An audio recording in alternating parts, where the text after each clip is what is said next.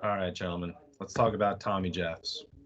Okay, so in the 1796 election, we had that issue with TJ and Adams. Okay, um, you had Adams win, Thomas Jefferson finished second, and the way that it was worked, then Adams is the president, TJ was the vice president. So like, all right, how about we run as tickets? Okay. Now we hadn't set it up. The 12th Amendment hadn't taken effect yet. So what ends up happening is Jefferson wins, but because Jefferson and Aaron Burr run as a ticket, everyone for the Electoral College puts one vote for Jefferson and one vote for Burr. So Jefferson and Burr actually end up tied. And Burr doesn't like concede and say that he's just going to be the vice president. So you have an electoral tie. Adams is the loser. We know that. Okay. But because the Democratic Republicans didn't think this through, you have Thomas Jefferson and Aaron Burr with the same number of electoral votes. So it goes to the House because there's an electoral tie. Okay. And it takes 36 votes for the tie to be broken. And finally, Hamilton, convinces people. Now, Hamilton's a Federalist, and he convinces people saying that Thomas Jefferson will do a better job than Aaron Burr.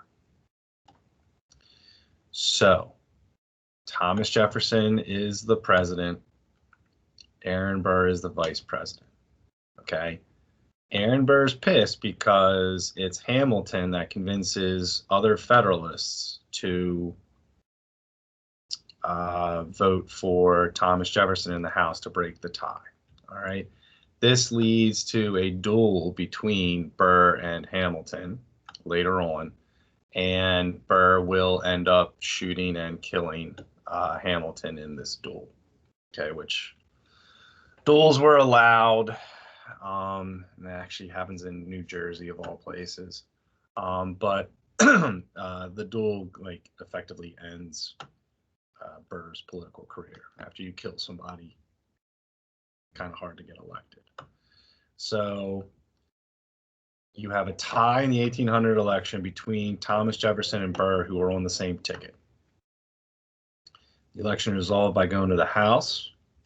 Hamilton in the House throws his weight with other Federalists behind Thomas Jefferson. Okay. And so he becomes president. Burr still stays vice president. All right. But this leads to a duel between Burr and Hamilton, and Burr kills Hamilton. Okay.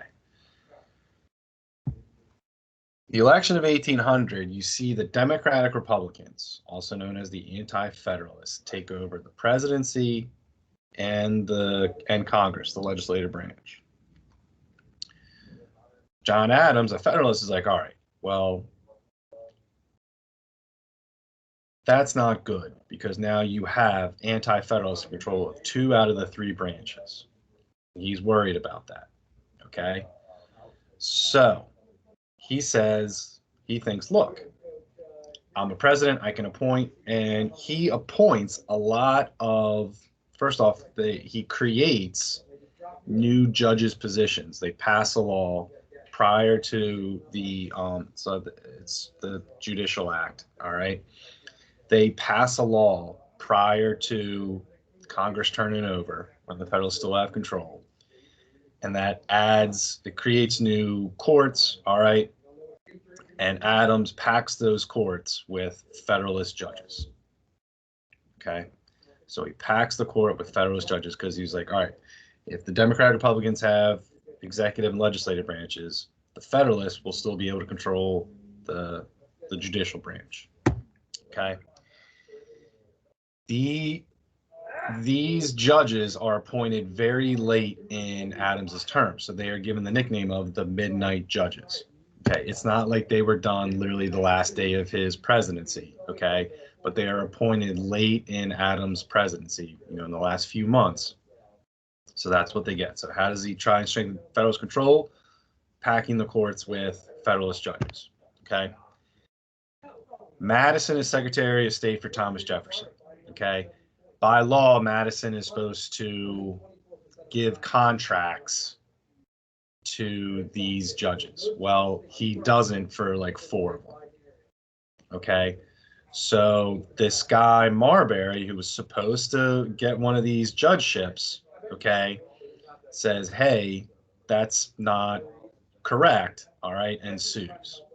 All right. So this is Marbury versus Madison. Okay. And this is taken up by the Supreme Court.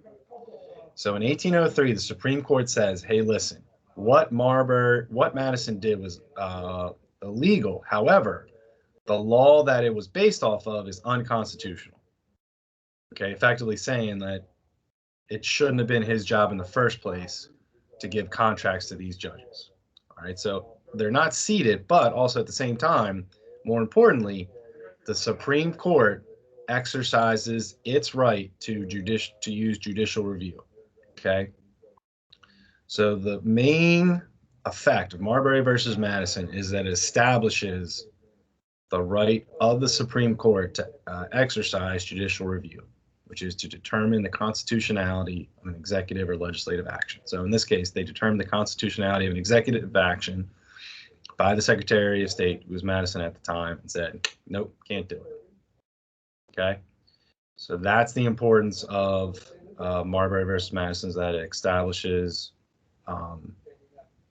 judicial review. All right, and that's all I got.